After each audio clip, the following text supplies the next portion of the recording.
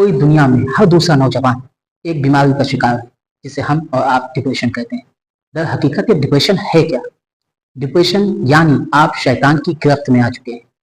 अब ये शैतान की गिरफ्त में कैसे आ चुके हैं? क्योंकि डिप्रेशन में इंसान तब जाता है जब वो मायूस हो जाए या ना उम्मीद हो जाए।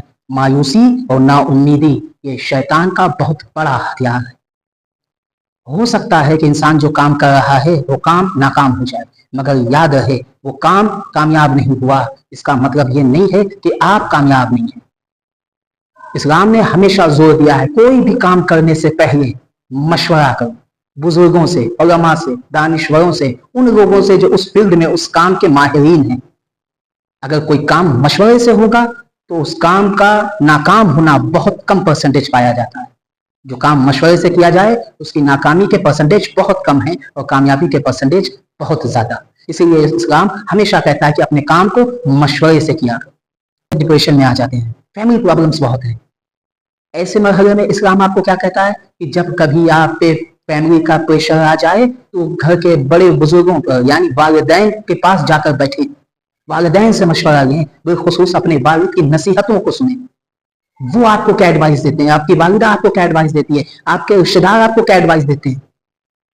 फैमिली प्रॉब्लम्स को फैमिली के दरमियान रखें, बड़े बुजुर्गों से रखें। बुजुर्गों के पास वो एक्सपीरियंस होता है, वो तजुर्बा होता है जो आपकी हर मुश्किल को हल कर सकते हैं।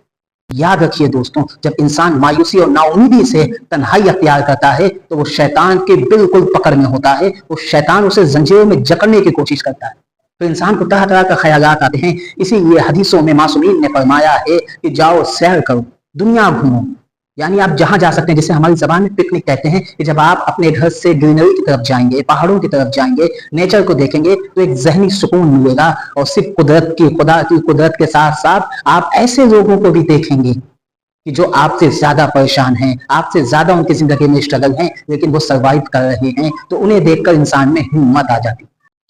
इसीलिए मासूमीन फरमाते हैं कि अपनी सोहबत, अपनी संगत ऐसे लोगों के पास रखो जो पॉजिटिव सोचते हैं, जो खुश जन हो, बदजन ना हो। मासूमीन ने सख्ती से मना किया है ऐसे लोगों के पास ना बैठो जिनकी सोच नेगेटिव हो।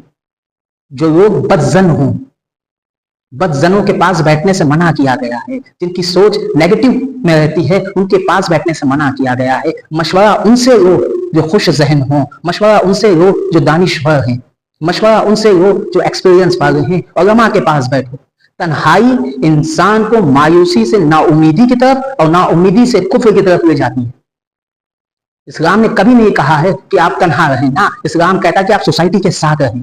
इस्लाम ये कहता है कि आप लोगों के साथ मिलजुल कर रखें। पूरी दुनिया भले ही आपका साथ छोड़ दे, मगर वो जिसने आपको पैदा किया है, जो आपका खालिक है, जो सबका खालिक है, वो एक लम्हा भी आपको अकेला नहीं छोड़ेगा। उम्मीद सबसे बड़ी ताकत है मोमिन की। उम्मीद नाउमीदी की शिकस्त है, उम्मीद मायूसी की शिकस्त है। इंसान जो ये जहन बनाता है कि मैं डिप्रेशन में हूं, जबकि वो डिप्रेशन में नहीं होता, बस अपने जहन से अपना काबू खो बैठता है। इस्लाम कभी ये नहीं कहता कि आप तन्हाई अख्तियार करिए, ना, इस्लाम कहता है तन्हाई अख्तियार करो कब? जब तुम अपने खुदा को याद कर रहे हो।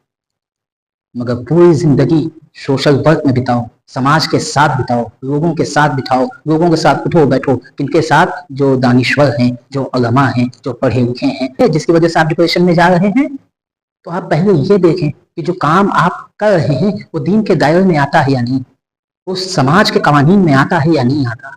तो इंसान डिप्रेशन में तभी जाता है जब उसे इस बात का पता चल जाए कि अब मेरी बदनामी होगी, अब मुझे सख्तियों का सामना करना पड़ेगा। अगर आपका काम सही है, दीन के दायरे में है, समाज के फायदे के लिए है, तो भले ही वो एक दिन 2 दिन कामयाब ना हो, मशवरे से किया गया काम नाकाम नहीं होता। हाँ, देर जरूर लगती है। इस्लाम ये बताना चाहता है कि खुदावंद आलम ने मोमिनीन को और दुनिया के हर फर्द को, किसी को भी खुदा ने अपने किसी बंदे को कभी अकेला नहीं छोड़ा है।